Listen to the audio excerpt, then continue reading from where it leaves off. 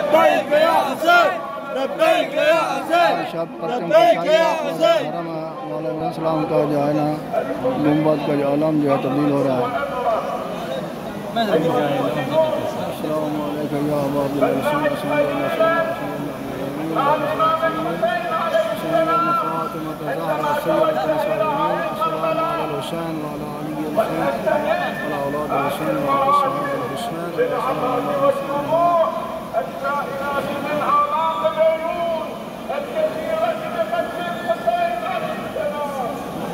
والنشب في قلوبنا أيها المؤمنون تحملوا بقلوبكم المسرورة فأمن بذلك الشعب الذي يصف لنا حالة وهو يوجههم خبر جده رسول الله صلى الله عليه وآله لا ينقص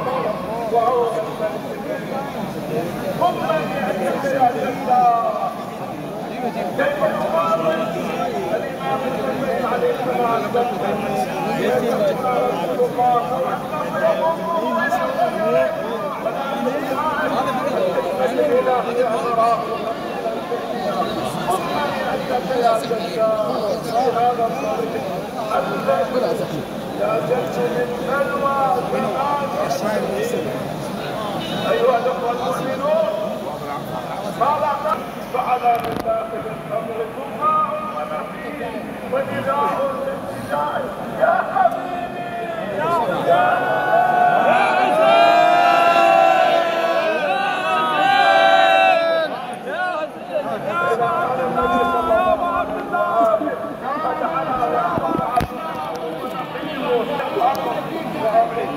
فعلى الله قولا وكيف يقول دماؤكم ونحييكم على الحسين عليه السلام وهو في هذا الحال فعلى من داخل دماء ونحييكم بكاء الناس ونحييكم ونحيي رسول الله صلى الله عليه واله فأنا من داخل القبر بكاء ونحيي ونداء لرسول الله نداء يا حبيبي ثم يخبر عن قتله ويقول الشاعر حال رسول الله صلى الله عليه واله فتذوق الموت ظلما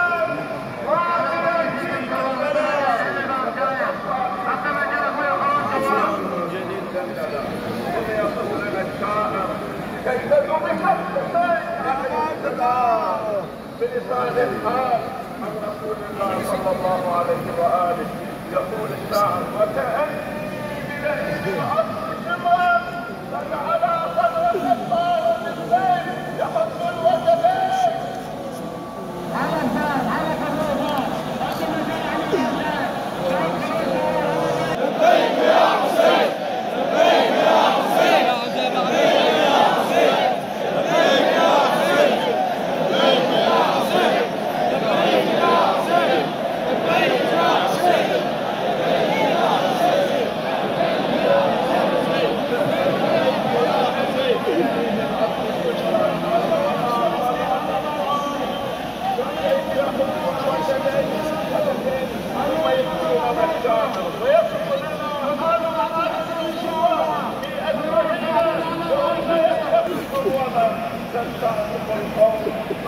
ثم يقول لنا ما هو اكبر ايمانا قد ضاع اكثرهن الله والسيف بينها الحجاج بالاصنام مقتول اليدين واذا كان حال الحسين عليه السلام قال نساء النبوه هكذا وما هو قادرا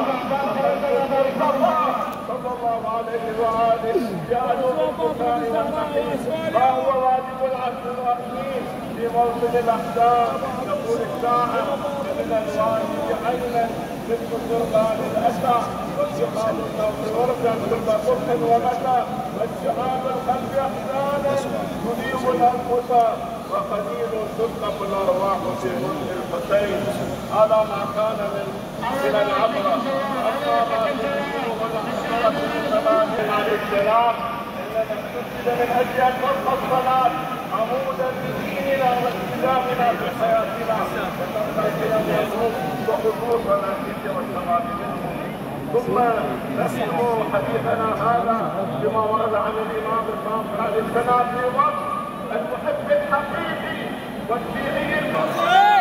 لبيك يا حسين، لبيك يا حسين، لبيك يا حسين، لبيك يا حسين. شهر الحزن عاد، انه شهر عذابات الحسين، انه شهر عذابات الحسين. كيف لا يبكي له حتى الجمال؟ حلق الدم على امته. صار مع الرئيس وقت الشيعة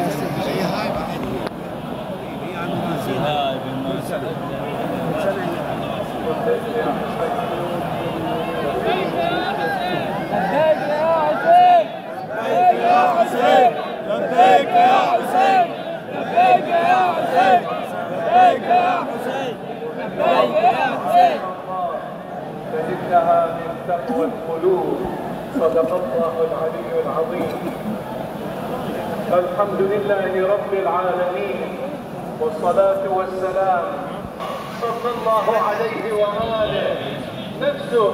ففي الحديث عن الإمام الصادق قال: نظر النبي إلى الحسين بن علي وهو مقبل فأجلسه في حجره وقال: إن لقتل الحسين حرارة في قلوب المؤمنين لا تبرد أبدا.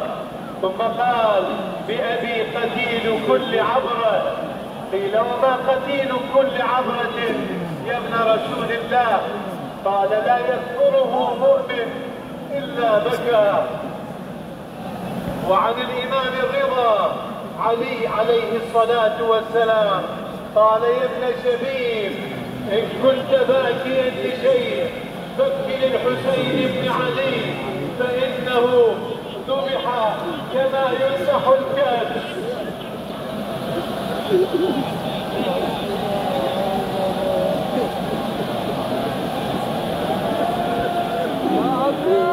وقتل معه من أهل بيته 18 رجلا قالهم في الأرض شبيهون، ولقد بكت السماوات السبع والأرضون بقتله. صلى الله عليك يا أبا عبد الله، صلى الله عليك يا أبا عبد الله وآله صلى الله عليهم. والعن قتلة الحسين عليه السلام. اللهم العن قتلة الإمام الحسين، اللهم العن قتلة الإمام الحسين، اللهم العن قتلة الإمام الحسين.